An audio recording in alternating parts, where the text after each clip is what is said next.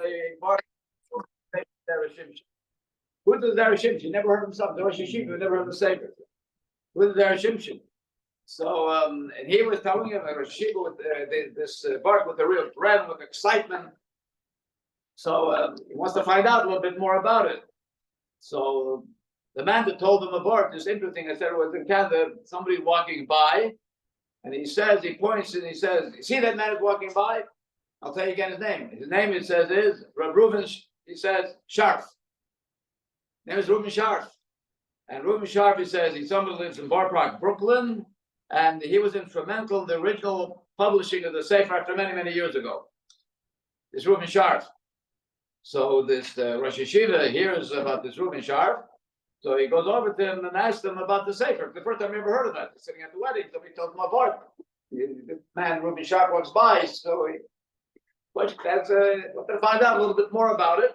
And Reuben listened, and he enthusiastically tells him that about the Sefer Zera Shimshon, how he came upon having a connection to it. So he said it began 40 years ago. In the year 2012, we're talking about. So he says 40 years ago. He says, he said I was a young man and I was working in a Sfarim printing business. That was the business, he says. And one day he says somebody comes into my store and he says with a copy of the original version of the Sefer Zera Shimshon. You can imagine, original version. So this person says to Reuben Sharf, he says to him, the Sefer was printed only once in the lifetime, he says, of the Machaber, and never printed again. But look what the author writes in the Haggadah introduction. He writes, he says, and really wants people to learn it, and he promises that whoever learns the Sefer will advocate him and be a male Yosha for the person to have a Yeshua. So Rosh Yeshiva says, so this Reuben Sharf says, when I heard this stranger coming into my store, that I decided to take a full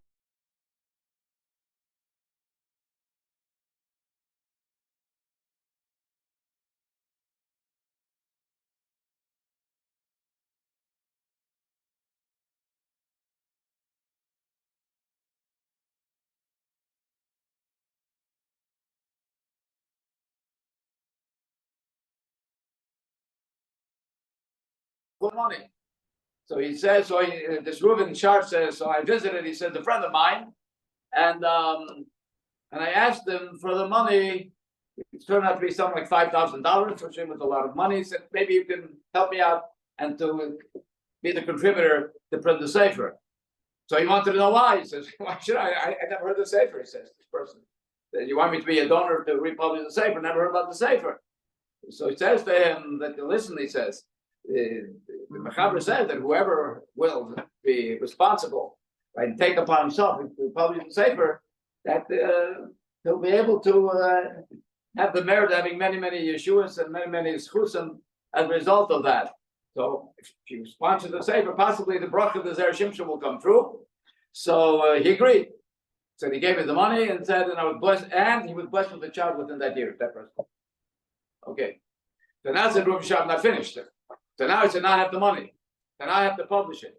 But I have to have, he says, 3 Talmidei Chachamim to go over the Sefer and to be able to correct it and to edit it and make sure that everything is in order. So what he did was, interesting is, so he went to a person, I'll tell you the name is Naftali Meilich, he says, Vakshal, the word Rabbi Vakshal I mentioned before, and he told him, I know 3 Talmidei Chachamim, he says, that we'll be able to do a good job, in order to have the Sefer printed, to go over the Sefer and make all the corrections. And another thing about them, not only are Talmidei Chachamim, but all 3 of them are married for quite a while. They don't have children. So this Rabbi Vakshal went to the Kashrut Ruv, in Williamsburg, at the time, and he said, yeah, but I want you to spearhead. I told Rabbi Vakshal, I want you to, you have 3 Talmidei Chachamim, just to throw it into their lap. I want you to spearhead this project. In Kachab, this is what it was, he says. So he actually summoned these 3 Talmidei Chachamim. So interesting, as I mentioned, in addition to being outside Talmidei Chachamim, they also needed a Yeshua. He said, interesting and astonishing turn of events. All 3 had children even before the Sefer was printed, and Rabbi Vakshal himself also. But this is just here you have names of people clearly, and the year when all these things took place. So when the Rosh Yeshiva heard all of that, this Reuben Sharp saying to this Rosh Yeshiva, who was from Eretz Yisrael in Canada, first time he ever heard of the Sefer, somebody came over to him. But now he calls his son Rabbi Yisrael, who had a friend Yechiel. Yechiel tried all those gulas in the world. So he says to him, you know what? Maybe the Sefer is going to be printed, but how about studying the Sefer? Take it upon yourself to study the Sefer. Every week you'll learn a little bit of the Sefer, and who knows? It's like this was Chodesh Kislev. And it was Chodesh Kislev. 7 months later, gets a call from Yechiel, didn't have children for 15 years. We called him, tell you good news that my wife and I said are expecting a baby, which is just, was again another, just an amazing thing that happened. And then so on and so forth. So as this happened, so interesting is, so the Yechiel had one problem. When he agreed to do it, Yerushalayim, you couldn't find the Sefer. When he agreed to take it upon himself, he couldn't find the Sefer. So again, so he calls New York, he calls Rabbi Wakshal, and Rabbi says, again, who's involved with that, I'll tell you there's one Svarim store in Yerushalayim that's going to have it. He goes over to that Svarim store, and the guy says, I have it somewhere in a storage loft. He said, no way. Maybe I'll find it in a couple of Svarim for you. He did. He found it, dusted them off. Yet nobody would be learning it until then. And this is the rest is, in fact, is history.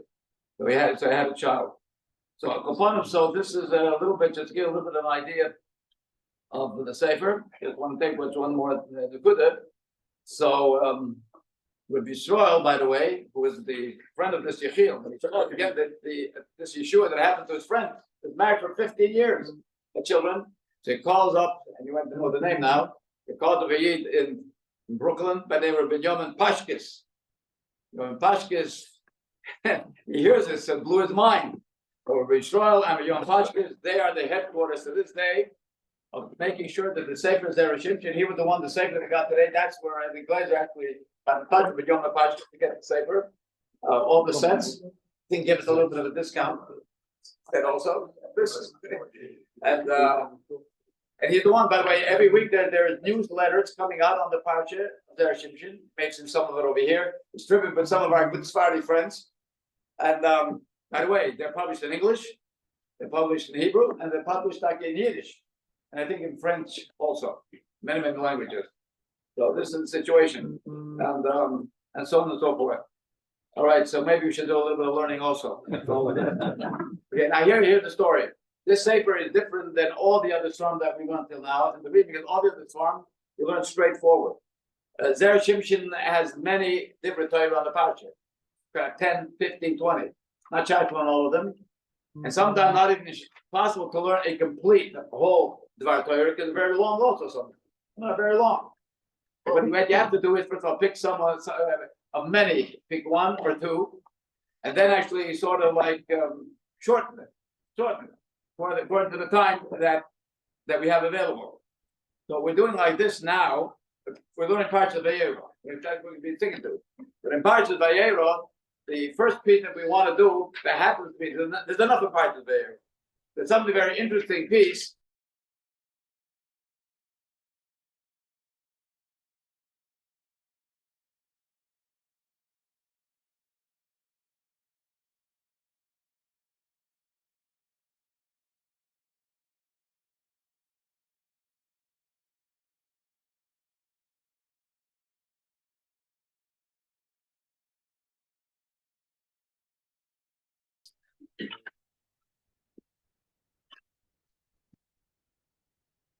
If you have Lamed Aleph,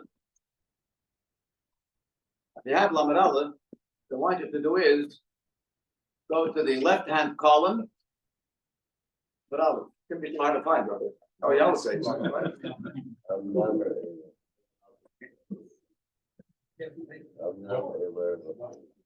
Lamed Aleph, left-hand column, but the second paragraph starts unknown.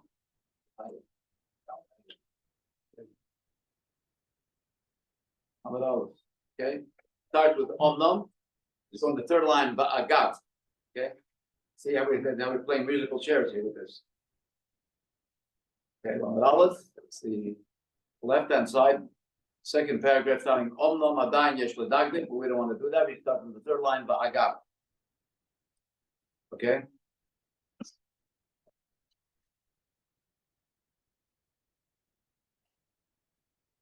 Okay. And Lagav Zeh says, you and based upon what I've said above, says the Zera Shimshon, and you'll understand the posik by the Akedah. You might remember by the Akedah, after Avraham was tested. The basic test was he should take his son, his only son, the one that he really loves, as Benachas Yechidcha. If your brother said, here's the test, I want you to go, then I want you to sacrifice him as a carbon, to sacrifice the carbon. In fact, Avraham was ready to do it. The last moment the Malach came and said, no, it was only a test. Do not do anything, do not harm him. So Avraham was ready to do it. The fact he was ready to do it, so a message came from HaKadosh Baruch Hu. Hashem says, Ki ato yodati, now I know, Ki yirei lekimato. You are your Shemaim, your God-fearing man. Now I know. You have not withheld the one and only son from me.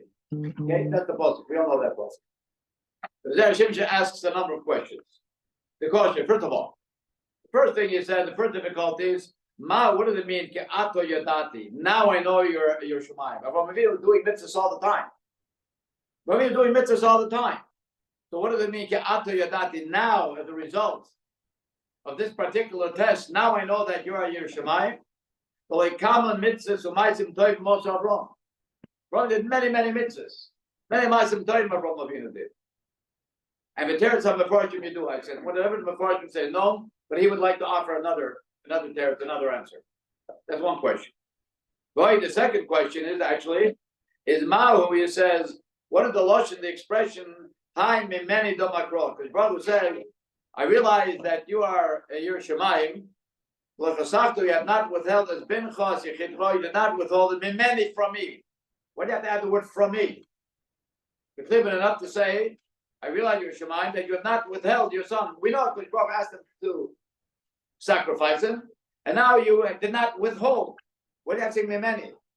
It is a Kodesh Baruch Hu the whole time that was involved with this project. So Ma'uhai mimeni domakro. What's the idea that the reason that the pasuk says, "Ask, you did not withhold your son from me." The Havasagla, the main would have been enough to say, realize that you're a Shemayim from the fact you did not withhold your son from me. It's not necessary to add these words. Boy, question, another question. You're a God-fearing man. That you love Hashem. Why talk about the expression Yirei Elokim? Being a Shemayim, why not say, I see that you love Hashem, but the fact you're ready to do what Hashem wanted you to do or asked you to do, and you passed the test? Why does it say in Lashon that this proved you're Shemayim, Yirei Elokim, God-fearing? So he said the following. We all know that, we studied that many times. The natural character of Avraham Avinu was midas chesed, to be gracious and continue to be benevolent to people. That was the midah of Avraham Avinu. The midah of Avraham Avinu was kulei chesed, but you make tiv l'chol olam. Continuously, what Avraham Avinu would do is benefit the whole world. Whenever he had the opportunity to do something toif, to do something good, this was Avraham Avinu. This was his commission in life. Wherever he's able to do good and to benefit the world, that's what he was doing. So, being that this was the nature of Avraham Avinu, regarding all of this type of mitzvahs of chesed that Avraham Avinu did, one can say, because that's his nature. It's not simply out of loving Hashem or something because he's so committed, because he would do this anyway. This happened to be a good-natured person who's always ready and willing. We have people like that, who by nature are people who are gracious and are benevolent. So maybe I would have been able to say, regarding all the general mitzvahs Avraham Avinu did, or Yisa Yochaloimar, Shemash Avraham Yetzadik, L'Gav HaKadosh Baruch Hu, L'Hoy Rak Mitzad HaTeva, because that was natural inclination. It was only Mitzad HaTeva. That being that Avraham Avinu happened to be a nice person, that was the natural constitution, that's what he was. So right, therefore he would not know any other way. He wouldn't therefore go do something against somebody else's bidding, and certainly would not go against the Kodesh Baruch Hu. Cultural nasamokim would not be over. Would not therefore certainly would not transgress on anything that Hashem wanted him to do. In other words, one could argue that the reason that he kept the mitzvah was not because of the awe that he had, right? That he was a God-fearing person per se, or the love.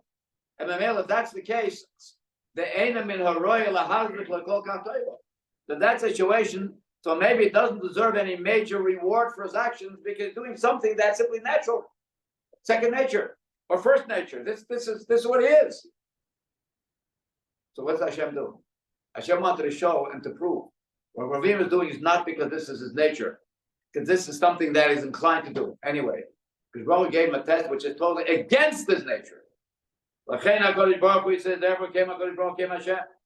Niso oisoi, Rabbi came and he tested him b'nisoyim Yitzchak. He gave him a test that he should therefore come and sacrifice Yitzchak to Maisach Zorius. HaKadosh Baruch Hu presented him with a series of a very difficult test, culminating with the order of sacrificing his son, right? And such an action was basically pure cruelty. If you think about it, on its own, in and of itself, it's an action that's pure cruelty and against everything, every fiber of Avraham Avinu's being.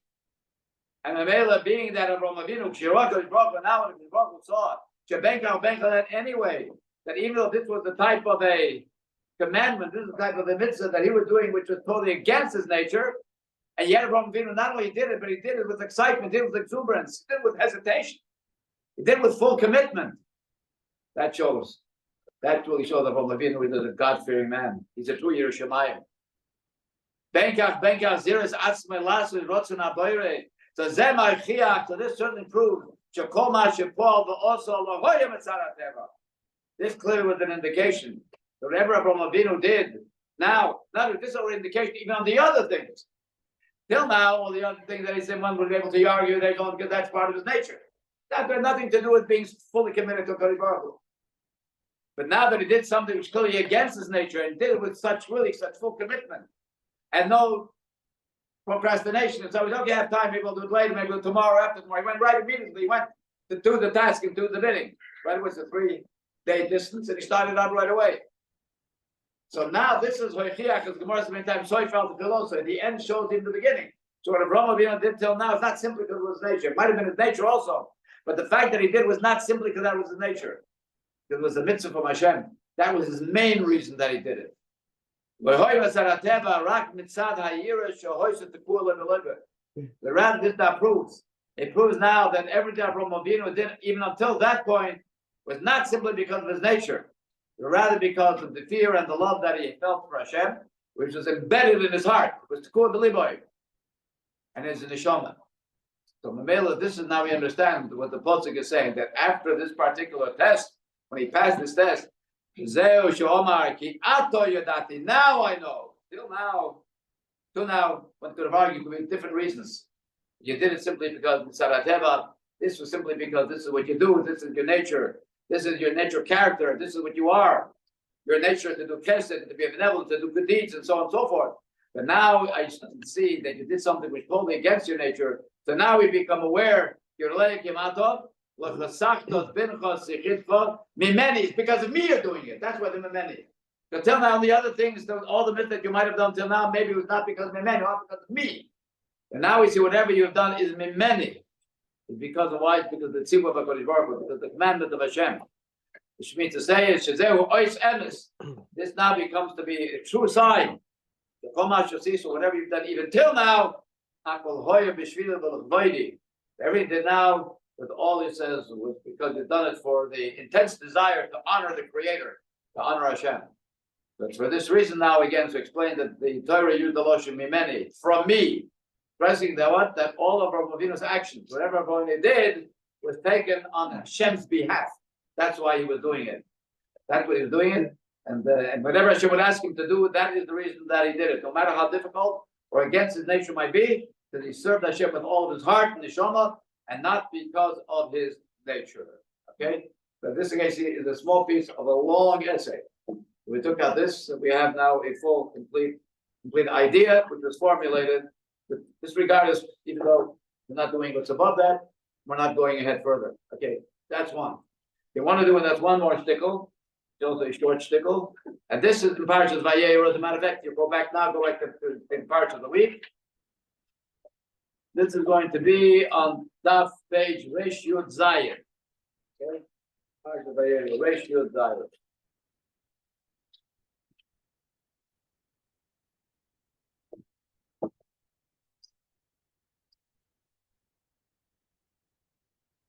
Resh Yud Zayin.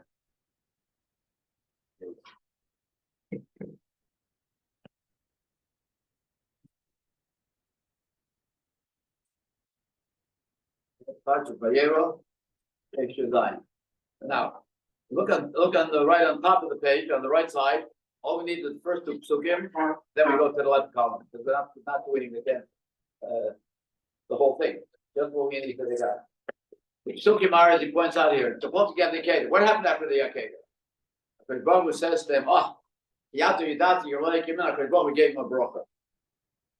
We don't pass the test. What does it say? Look, the lotion, the posting we have right here. Because I will bless you, and I will multiply, right? Your children will be as plentiful like the stars up in the heaven, and the sand around the seashore. In other words, Polish will prosper, they will grow, they will multiply.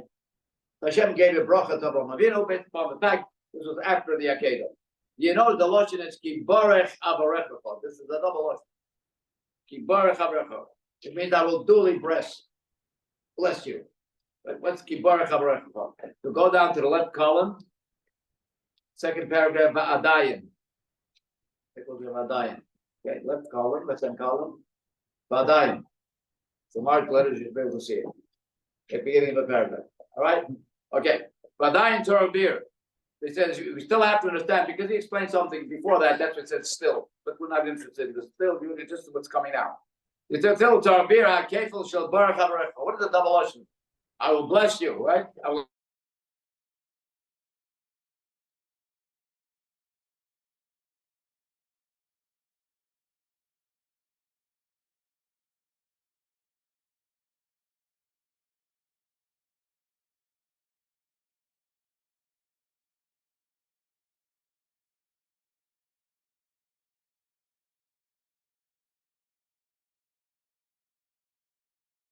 It's murder, right? Unwittingly, by accident. So Torah said this is the Dodei, doesn't apply for today. The Dodei, the person who committed murder by accident, also needed an atonement, needed a kapara. So he had to run what's called to the Ora Mikla, to the cities of refuge. Why? Because close relatives to the victim would be able to have right to kill the person. Although the fact is that you were not careful enough to kill someone. So we cannot go into the simple details. We're all aware of that. But the Torah says, but if the Retzeach means if the murderer steps out of the city of refuge, he risks his life. Because the Goyal Adam, the relative of the victim, might kill him. So look at the lotion of the passage. The V'yotzoi Yetzer Retzeach. And if the Retzeach happens to go out of the city of refuge, here again a double lotion. Yotzoi Yetzer. What is that? Now that's a Gemara's kasha. In case the Retzeach leaves the city of refuge, so now he's liable. He's risking himself that the Goyal Adam might kill him. I would think that only if he goes up amazing willingly. Let's by accident he steps out of the city of refuge. How do you know that his life is in danger? The fact that he stepped out. What do you see? What if the Gemara used the double ocean in that particular area? Under all circumstances, not only b'mezid, not only if he steps out willingly, but even without realizing it. Even without realizing it. All right? His life is in danger. So if the double lotion comes to teach you that even if something happens, right, unwittingly, without realizing it, so let's use the posik here. Avraham Avinu was given a blessing. Let's try to apply it here too. So here too we will say the same thing. Listen to this. Amazing thing. I guess this should be very, very uplifting. Because many of us certainly throughout our life, many times we'll have the following situation happen to us, and now we'll find out we're being rewarded for this. Listen to this. Not only, certainly, because Baruch Hu promises blessing for someone, of course, who intentionally does a mitzvah. What happens if you did a mitzvah unintentionally? You happen to do a mitzvah by accident. You'll still get reward for that. The fact is, a mitzvah came into being through you. But even if somebody did a mitzvah without kavanah, not intent, doesn't be shaygik, not even realizing it. Because Baruch Hu maftiach lo yisochor godel. Baruch Hu promises him, not plain, a large reward. The fact is, you did a mitzvah. And he shows again another example for that. The Al Potzik v'la Yoda v'Oshem. Talking about a person who was not aware and he did a sin, right? That's a person desecrated Shabbos, not realizing it, whatever it is. Okay. Anyway, so it says further like this: Rabbi ben Azar Yomer, come with Rabbi ben Azar, and he says, "Harei Yomer is another halacha. Ki six tzar kitzircho v'shachachto." Quite familiar with this halacha well. A farmer was harvesting his wheat, and by accident he happens to forget one of the bundles of wheat, one of the sheaves. The Torah said you forgot it up to a point, a couple of bundles, not everything. Don't take it. You leave it for the owner. You leave it for charity. You leave it for the poor people to come to the field to take it. Now this was unintentional. You didn't intend. You didn't intend at first glance to leave this for the owner, for the poor person. You happened to forget it. Now that you forgot it, leave it. You get a lot of schar for that. The Torah said, and you forgot to take the bundle, so now you're leaving it for the poor, like Ger, B'Leoni, and so on. What do you say from here? You're going to be blessed for that.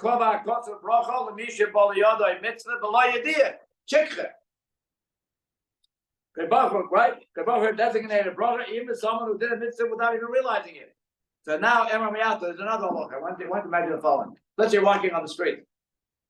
You walk down the street, and by accident, a dollar bill falls out of your pocket. A poor man picks it up. You get a mitzvah. Why? You had no intention of giving him the dollar. The matter fell out of your pocket. But the fact is, a dollar of yours went to tzedakah, you get schar, get reward. This is a Gemara also, by the way. He said, if a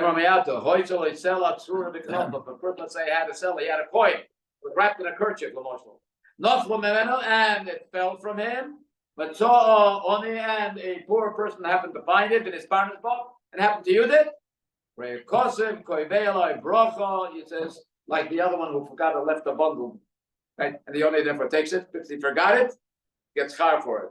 Now, this was the Torah saying lotion. The question was, why is it double lotion?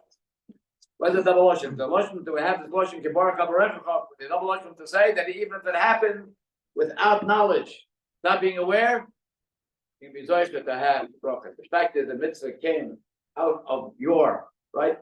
Because of you, as a result of you, regardless of intent or not intent. Okay, so let's look at the sheet. Let's take a look a little bit. Let's probably be out of time, but we'll take as much as we can from it. And we will see very, very important idea, actually, that flow from what we have just studied now. Now, the first item on the sheet that we have the quote of the Zera Shimshon, so we'll know what the rest of the sheet follows is on this quote of the Zera Shimshon. Let's take a look again. That was from the first piece. Third piece of the Zera Shimshon was, if you remember, regarding the Akedah. Now I'm aware that you're able. So the Zera Shimshon said, why now? Because from Tisha Brahma Yekula Chesed, quoting again the Zera Shimshon we had, from Avinu told completely he was Chesed. That was from Avinu, but he made to the Chaloim, would do good to the entire world, always be made it to the world. But one would argue, one might think that the reason from Avinu was the tzaddik till now, like Gabbai Kodesh Baruch Hu, is not because simply out of commitment to Hashem's bidding. It's only because this is nature. Being that he had a good and a natural gracious nature, so he's not able, therefore, somebody wanted something, he didn't have the heart to reject it. That's why he did all these good things, I would have thought. Right? And certainly would not be over what Hashem says, because his nature would be to have to do those things. But rather because of nature.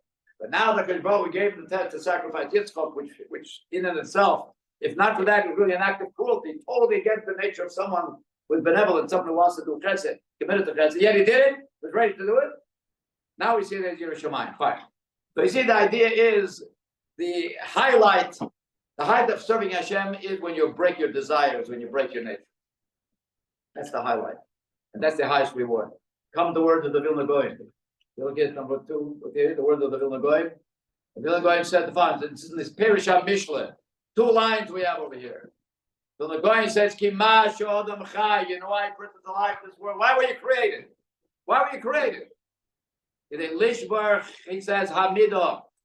In order to break, he says, break your natural, somebody has evil traits, evil desires, to break, to be able to, you give, in other words, the Baruch allowed you to live longer, to give you, it doesn't take, can't do it instantaneously, because Baruch will see that you're working toward changing, to refining your character.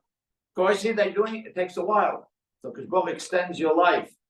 The person should always, by strengthening himself, in what? In order to overcome and to change his midos, to refine his midos. This is the tachlis. Tachlis of the going very clearly is the break. The break, he says, your evil desires.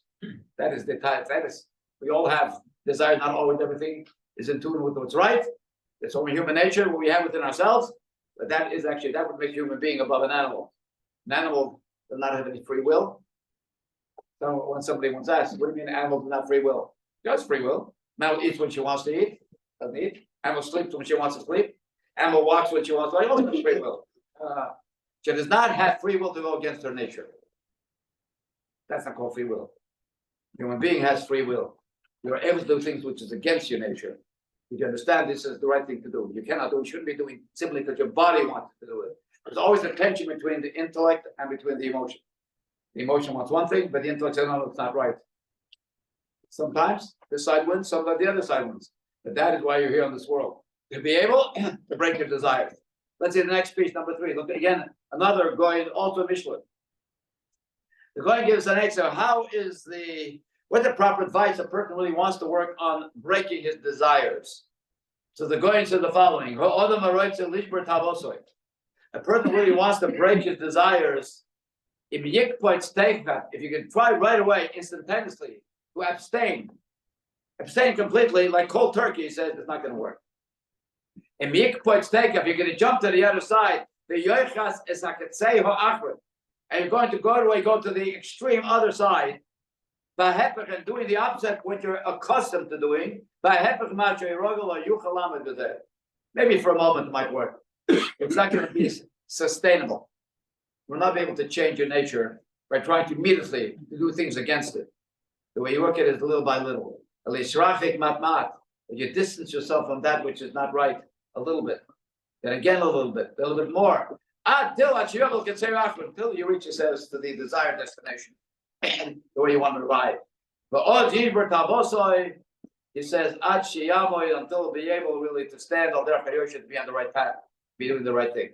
So this is basic proper advice to how to be able to change one's nature. Is not by doing it all at once. You may do it for a moment, but it will not hold out. The idea is to do it little by little. Now, regarding this idea of which I'm fighting with our natural desires and our natural inclination, comes Reb Tzadok HaKohen, of course, the rate of Tzadok. This is the first year that we did, about 22 years ago. Reb Tzadok HaKohen, downstairs for him. Okay, before the video. Did record. All right, Tziddikus HaTzadik. Look what Reb Tzadok HaKohen says. Kol echad yeda. It's an amazing thing. The Tzaddik says many times we despair. If you know we're up against trying to do the right thing, but yet somehow we just have natural desires, whatever it might be. And yet the person therefore thinks very lowly of themselves. You say to yourself, why do I have these base and these lowly desires? The Tzaddik says, no, don't think lowly about yourself, because we have come here into this world to be able to refine that which needs to be purified. So that would be only natural that you may have all the various negative situations within you. But he says all the negative situations you have within you actually is been given to you as a vehicle to refine it and to overturn it. That's why you're in this world. Kol echad, every person says, Yoda knows. Yeda. He's teaching you that every person, in fact, should realize. You ask a person, where did you come down here in this world? What's my topic? What was my purpose in this world? Hashem has a plan for each and every one. But Tzaddik says those areas that you find yourself the most vulnerable, and to break, and to do what's wrong, you came here to rectify that. People have weaknesses in different areas. Some have a career. It's money. That's it. They're always money hungry, no matter how much they have. A lot of us do. But there's also an extent, some more and more. Some have a career of just when it comes to eating the wrong things.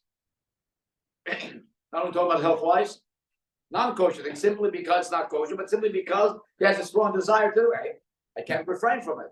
Maybe he wants, whatever the area is. So Reb Tzadok says, in that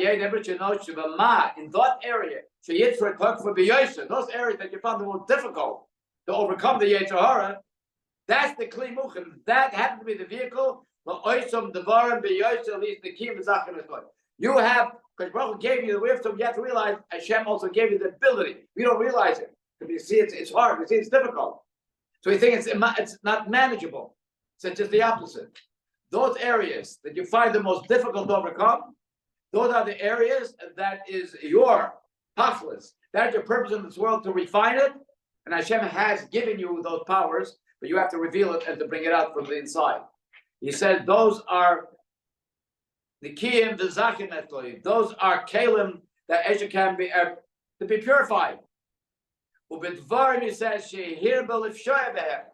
And dafke, those things that you happen, right, to fall, those things that you happen to transgress, those areas that you happen actually to be posheya, yeda shukli muchen, dafke, those are the areas that you're able to be misakin. So it comes out when a person times are so weak in certain areas, where it's in human relationships, whatever situations are, to realize those areas that you struggle the most, I should put you here on this world that you should overcome that particular struggle, and you have the ability. You will have it within the ability. If you try, you really want to. And you're looking towards the Kodesh Baruch Hu to help you, you'll be able to succeed. Look at that here, number 5. Let's say a person finds himself and he feels very bad about himself. See, he has, and Chuk gets a desire, the very base desires, things that it's inappropriate. He finds himself simply that he's being attracted to things that are totally inappropriate. The Tzaddik said, don't despair about that. To think, look, kama pogamu. Person think himself, look how low of a person I am. Look how low of a person I am, or look how maybe a despicable person I am. How can I entertain such terrible thoughts of wanting to do certain things? The Tzaddik says, you'll think about yourself, how much pogrom you'll think yourself, he says, of how blemished you are. You have desire for such terrible things. The other of it, the opposite. To be able to go and fight that off, to able to refine yourself in those areas. That's the idea. This idea that we saw before, that Zera Shimshon, Abraham was tested, to be able to overcome those things that are against his nature. And you have the ability to do it. You're not always aware of how much strength we really have. So this is the various teachings that we have coming forth in many of these areas. This is what we do now. Yeah, do one more here. Okay, here's a very interesting thing. Look here, we have number 6 here. The Gemara in Tainus brings out the following. In the time of the Gemara, many times there were situations where there was a drought. What do Jewish people do when there's a drought? So we down to bring rain. It's very special. People do know that we say when we need rain. The Gemara discusses in the Gemara Tainus Daf Kopei. When I said there was a Maisa, look here, there was a Maisa with the 2 Tanoim, between Rabbi and Rabbi Akiva, these 2 great Tanoim. To Maisa Rabbi Lezer, Sheyor, the Shateva. Rabbi Lezer goes in front of the Yomid and he starts to daven that should be rain. Didn't work. The Gemara says he davened, and they needed rain. But Omar, 24 brachas, 24 different prayers. There are 24 different, right? The Loyanana. So different type of tefillahs that he did. 24, and it didn't work. Wouldn't answer. You are Rabbi Akiva, Rabbi Akiva said one line. Or you are the only king. Because of you, Racham Len had pity on us. Hey. Couple of lines, you ought to show up began to rain. So everybody observed that. What's the first thing coming to mind? Rabbi Akiva was greater than Rabbi Lezer. Rabbi Lezer tried so hard. 24 tefillahs, nothing worked. Come Rabbi Akiva right away. Then 2 lines. So came, the Gemara says here, so have a Maran in there, the Gemara says, and Yordu Gisham is great. Hamaran Rabban, so now there was a rumor going around between the Talmidei Chachamim, and they saw Rabbi Lezer, Loy Nama. So Rabbi was not answered even after he said 24 brachas. And Rabbi Kiva was answered, Lachar Shomer V'Yom Lakeinu Shtei Banim. So Baskol came a heavenly voice from the Shemayim and said, no.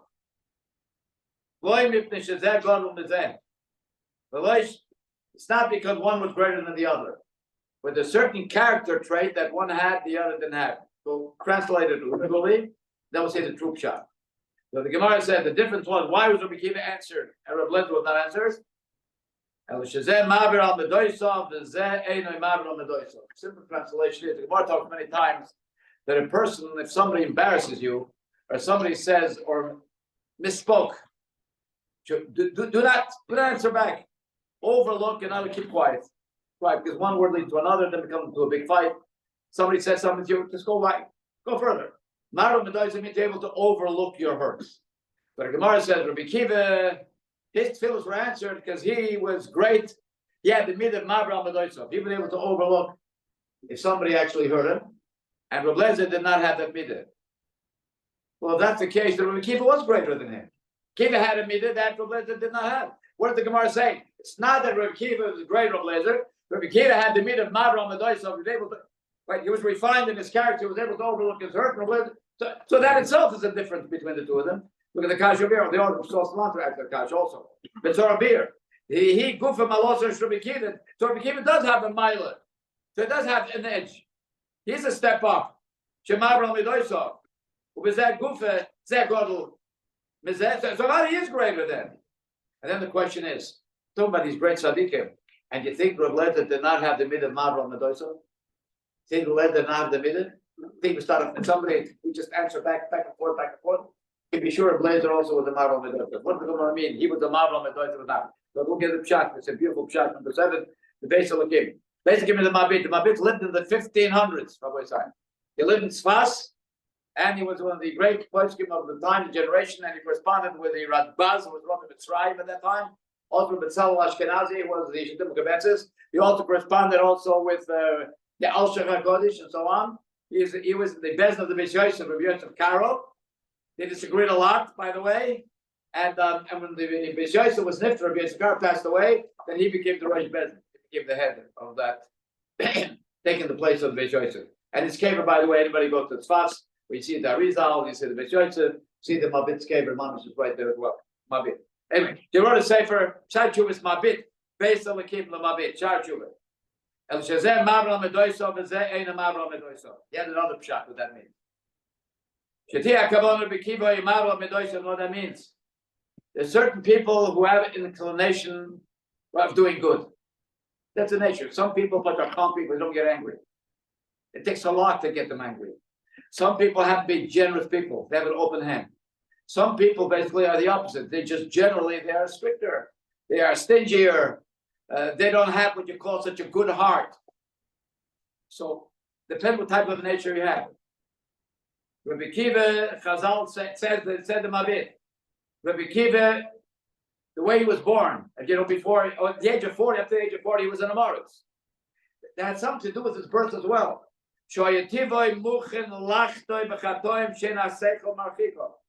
Intellectual enough was not. Intellectual, right? Understanding was not enough to allow him to separate from his nature. Because his nature was to do things that were not really right. But he overcame that nature. He overcame that nature to do the right thing. The Blazer was born good. He had a natural. He was born natural to do good. He didn't. As we said, for all the right things, all the refined character traits that a person had, he was born that way. At the end of the day, they both did the same good. But one had to overcome his nature and one did not. That's the difference. So it's not that one was greater than the other. So at the end, they both did the same level of good. Not that one did more good. But in order to reach that level, one had it easier and one had to work on it. That's what keep Ma'abir Amadoitz, if he had to overcome his nature. His nature was to be choite, many areas. He overcame that. The Blade didn't have to do that. He was born good. He had it. That's the way it was. This is the way says. This is the way to Sodom. So when you get up in the morning and you find you have many, you go out on the street, what's in the world of business, right? You're tempted to do a lot of different things. Realize that the harder it is to overcome it, all the more that it's the greatest car you have in Shemayim. That's what we're preaching, and that's the reason why I'm here. That's what we have to do with that.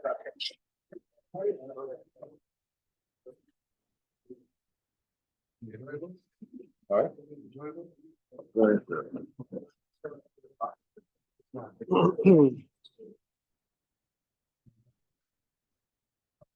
have stuff I would be glad to share with you.